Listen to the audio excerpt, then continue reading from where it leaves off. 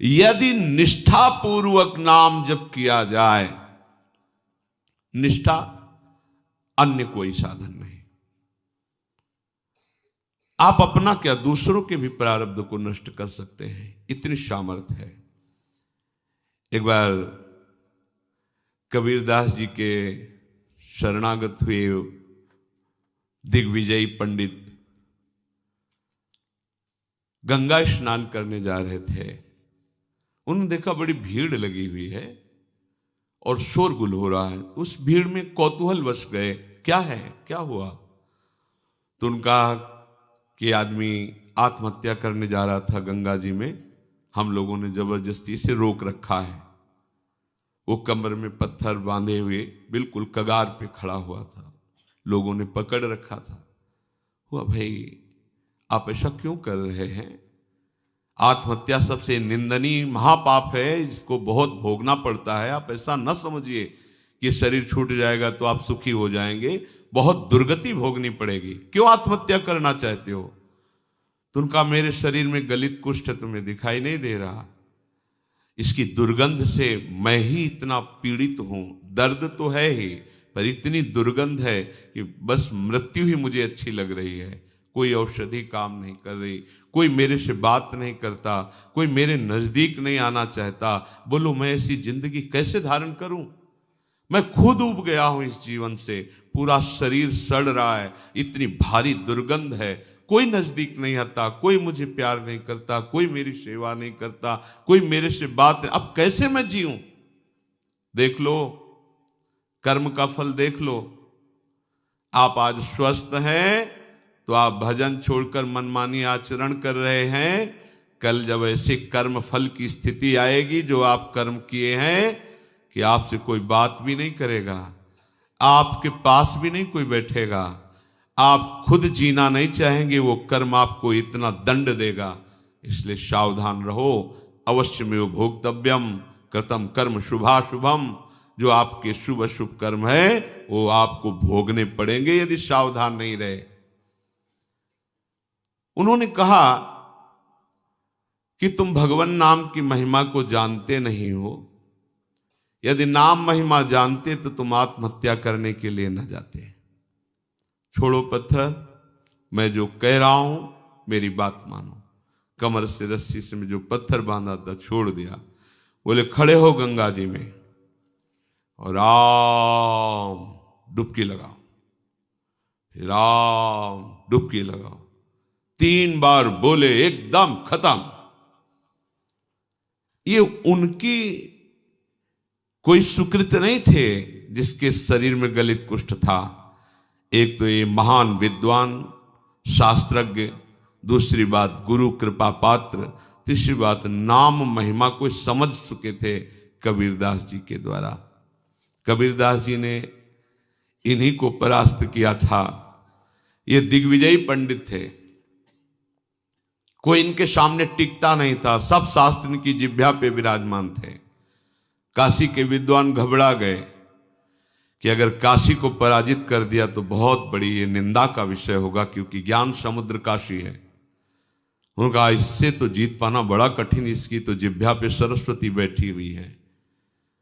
उन्होंने कहा कि यदि हमारे यहाँ के सबसे बड़े पूज्य महापुरुष हैं कबीरदास जी, अगर वो हार गए तो पूरी काशी हार गई। तुम उनको परास्त करो जाकर। यहाँ किस किस से आप विद्वता पूर्वक वाक युद्ध करेंगे? एक से एक विद्वान है, सालों लग जाएगा। हम सब सहमति देते हैं कि आप कबीरदास जी को परास्त कर दे, मानो वाराणसी परास्त हो गई। ठीक है, कबीरदास जी के पास गए। उन्होंने कहा शास्त्रार्थ करना चाहते हैं। हमें शास्त्र कहाँ आता है? कबीरदास बोले पराजय लिख दो, इसमें दस्तखत कर दो, वहां करवा लो जहां दस्तखत। बोले काशी के विद्वानों ने कहा है कि आपकी पराजय पूरी काशी की पराजय। तो बोले फिर रुक जाओ, हम तुमसे प्रश्न करते हैं कि पढ़ के समझे हो या समझ के पढ़े हो? अब जो हरि के चरणारविंद के प्रेम में डूबा हुआ है उसकी वाणी सरस्वती भी नहीं समझ सकती। पहली बार उसकी बातें ही समझ में नहीं आई कि बाबा प्रश्न क्या कर रहे हैं। फिर हाथ जोड़ा, कहा महाराज एक बार फिर प्रश्न कीजिए। तो उन्होंने कहा पढ़ के समझे हो कि समझ के पढ़े हो? जैसे कोई किसी को स्तंभित कर दे मंत्र के द्वारा, बुद्धि काम नहीं कर रही, पूरी सभा लगी हुई है कौतूहल देखने के लिए। अब वो ये शास्त्र खोले वो शास्त्र खोले, कुछ कहा महाराज हमारे तो प्रश्न ही की धरा समझ में नहीं आ रही। बोले तो उत्तर क्या दोगे, शास्त्रार्थ क्या करोगे, जब प्रश्न की ही धरा तुम्हें समझ में नहीं आ रही तो व्यर्थ में अभिमान लिए घूम रहे हो दिग्विजयी का। पढ़ के समझे हो कि समझ के पढ़े हो? हम तुम्हें बताते हैं तुम ना पढ़ के समझे हो न समझ के पढ़े हो। अगर समझ के पढ़े होते तो सब शास्त्रों का सार है भगवान के नाम में प्रेम, भगवान के चरणों की भक्ति। अगर पढ़ के समझे होते तो अब तक समझ गए होते कि सबका शास्त्रों का सार क्या है, तुम समझ ही नहीं पाए। उन्होंने उसी समय सब गंगा जी में शास्त्र प्रवाहित कर दिए और श्री चरणों का कबीरदास जी के आश्रय ले लिया, शिष्य बन गए और नाम जप करने लगे। उनकी ये निष्ठा कि 3 बार नाम, ये उनकी निष्ठा, उससे उनका गलित कुष्ठ चला गया। अब ये बड़े आनंदित होकर कबीरदास जी के पास पहुंचे और कहा भगवान एक गलित कुष्ठ शरीर वाला आत्महत्या करने जा रहा था, तो आपकी कृपा से नाम महाराज के प्रभाव से 3 बार नाम बुलवाने पर वो गंगा में डुबकी लगाते ही पवित्र शरीर और निरोग शरीर हो गया उसका, और बहुत प्रसन्न हो गया। और उसको भी हमने कहा नाम जप करो। कबीरदास जी ने कहा तुमने नाम की महिमा जानी? अरे ये केवल नामाभास से ठीक हो सकता था, तुमने 3 बार बुलवाया है। नामाभास से ये नाम की अपार, जौहरी ही तो हीरा का कीमत जानता है कि क्या है, हीरे की वक़्त जौहरी जानता है। ऐसे ही भगवत प्रेमी महात्मा जानते हैं कि नाम का प्रभाव क्या है।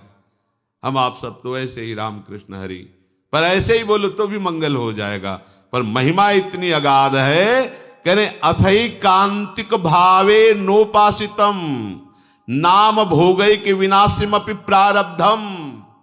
पर इसमें शर्त है, इसमें शर्त है अथई कांतिक, एकांतिक, अर्थात अब कोई आश्रय नहीं, कोई भरोसा नहीं, केवल नाम का आश्रय, केवल नाम का भरोसा। इसे कहते हैं निष्ठा। निष्ठा पूर्वक जपा हुआ नाम भोग के द्वारा ही विनाश से प्रारब्ध कर्म को भोग के बिना ही नष्ट कर देता है।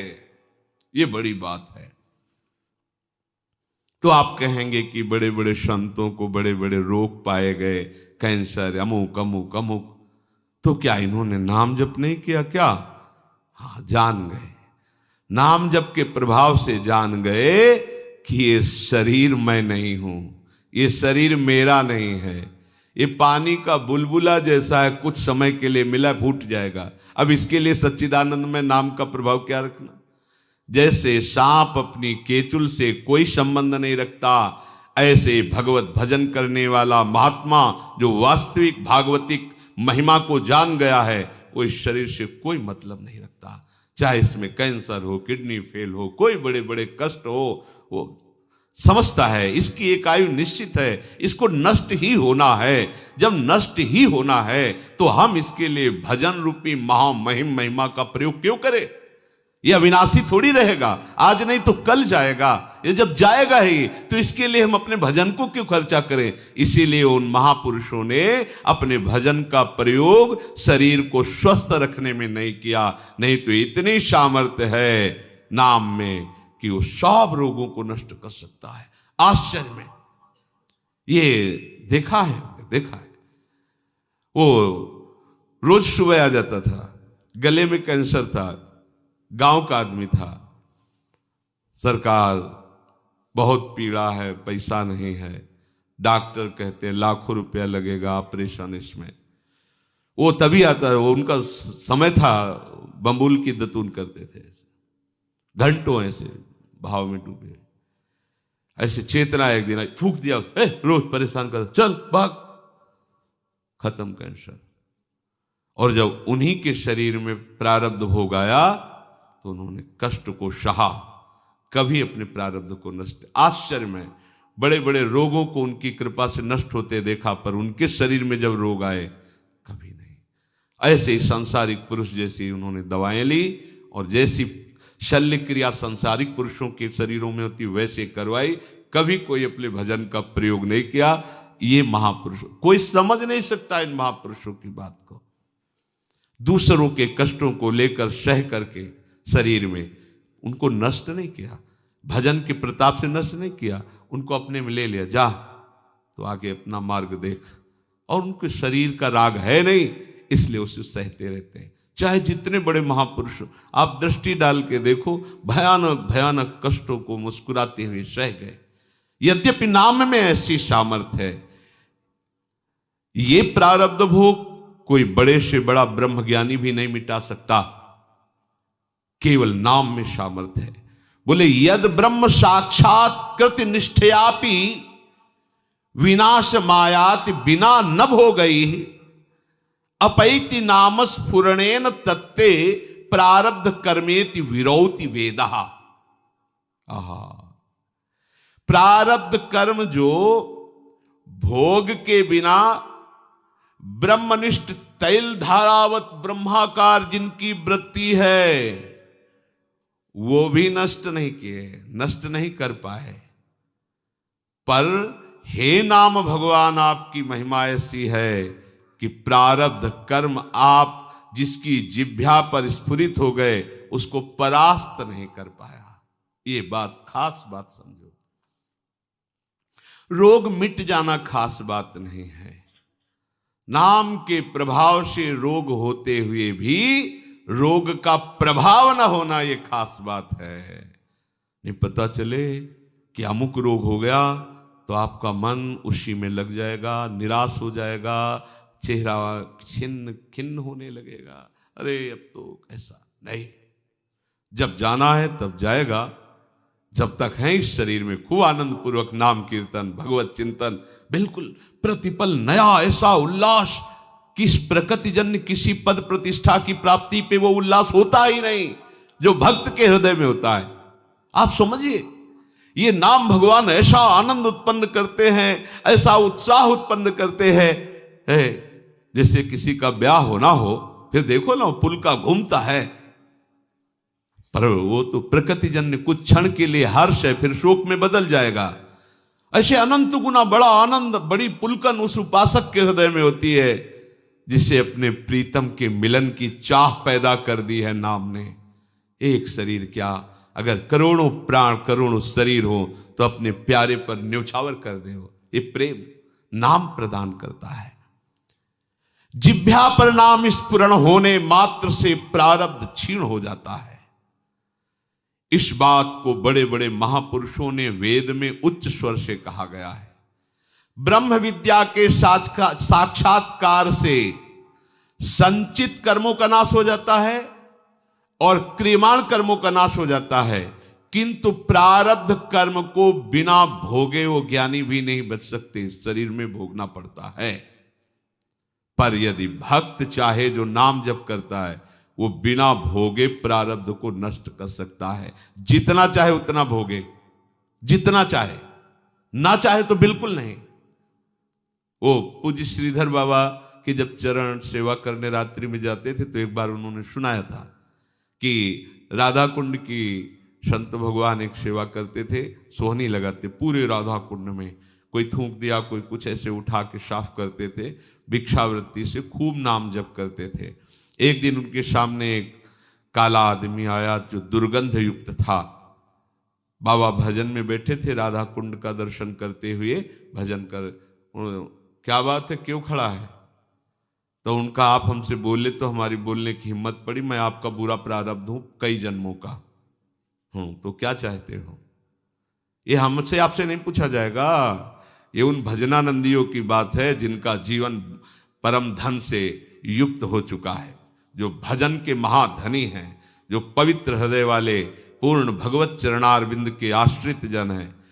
प्रारब्ध निका में 12 वर्ष का गलित कुष्ठ हूं, आपके शरीर पर आना चाहता हूं, आप आदेश कीजिए। बाबा ने कहा हमारे पास 12 वर्ष नहीं कि हम तुम्हें लेके बैठे, रोज हमें राधा कुंड की सेवा करनी है और हमारी एक नियम निष्ठा है, ऐसा नहीं हो पाएगा। दूसरे दिन फिर आया और कहा कि दिन रात्रि जोड़ करके 6 वर्ष में हम भुगता देंगे, आप स्वीकार करो। 6 वर्ष बहुत होते हैं, हमारे पास समय नहीं। बात चलती रही, फिर उसने कहा अगर आप स्वीकार करें तो 24 घंटे में आपको 12 वर्ष का प्रारब्ध भोग भुगवा दें, पर आप कोई औषधि नहीं लेंगे, किसी शिष्य की सहायता नहीं लेंगे और हमारे स्वीकार करेंगे। बाबा ने कहा 24 घंटे तो ठीक है, हम सुबह सुबह राधा कुंड की सेवा करके एक कमरे में बैठ जाएंगे, आप हमारे ऊपर आ जाना, दूसरे सुबह फिर हम सेवा में आ जाएंगे, हमारी सेवा नहीं छूटेगी। चलो ठीक है। अपने शिष्यों से कहा कि आज मैं कितना भी चीखूं चिल्लाऊं, कोई हमारे कमरे में मत आना जब तक हम स्वयं खोलकर बाहर ना आवें। और जहां कहा हाँ मैं स्वीकार करता हूं, तत्काल पूरा नख से सिक तक पक गया शरीर, पीप बहने लगा, भीषण पीड़ा। बस वही नाम चिंतन में अपने मन को लगा दिया। 12 वर्ष के गलित कुष्ठ प्रारब्ध को 24 घंटे में भोग कर साफ कर दिया। अगर वो नाक कह देते तो हिम्मत नहीं थी कि प्रारब्ध उनके शरीर में आ जाता। ये देखो नाम बल, नाम में बड़ी। आप क्या समझते नाम जापक हैं, आपको जो रोग आया है, जो कष्ट आया है, बहुत कम करके आया है, बहुत कम करके दुलार पूर्वक प्रभु हमें दे रहे हैं, उसको बहुत सहज सहज ऐसे ही सहज। अगर वो प्रभु से बिलग हो जाओ और फिर देखो इसका तांडव, तो आपको प्रतिपल यही लगेगा मर जाऊं तो अच्छा। सच्ची कहता हूं, प्रतिपल यही लगेगा कि मर जाऊं तो अच्छा। कितना भयानक कष्ट है, आपको अनुभव में आने लगे। लेकिन कैसे बताएं तुम्हें, यदि प्रभु के आश्रित हो तो कैसे दुलार करते हैं। तो जो प्रारब्ध कर्म ब्रह्म विद्या से भी नहीं नष्ट किया जा सकता, वो केवल नाम के द्वारा नष्ट किया जा सकता।